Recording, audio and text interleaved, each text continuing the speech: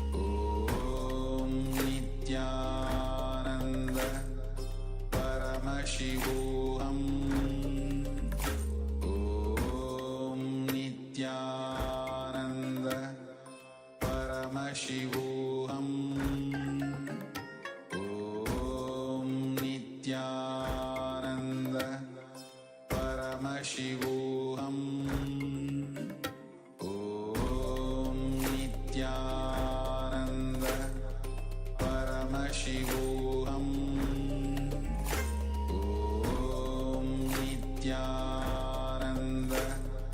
Paramashivoham Om Nityananda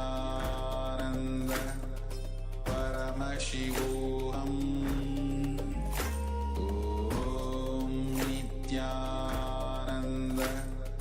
Paramashivoham Om Nityananda Paramashivoham Om Nityananda Paramashivoham Om Nityananda Paramashivoham Om Nityananda Paramashivoham Om Nityananda Paramashivoham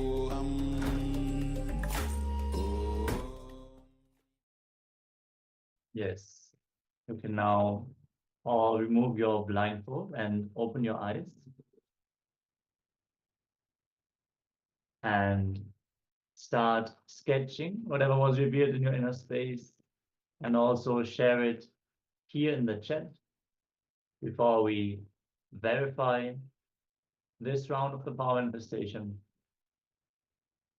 Requesting everyone to share whatever you manifested here in the chat.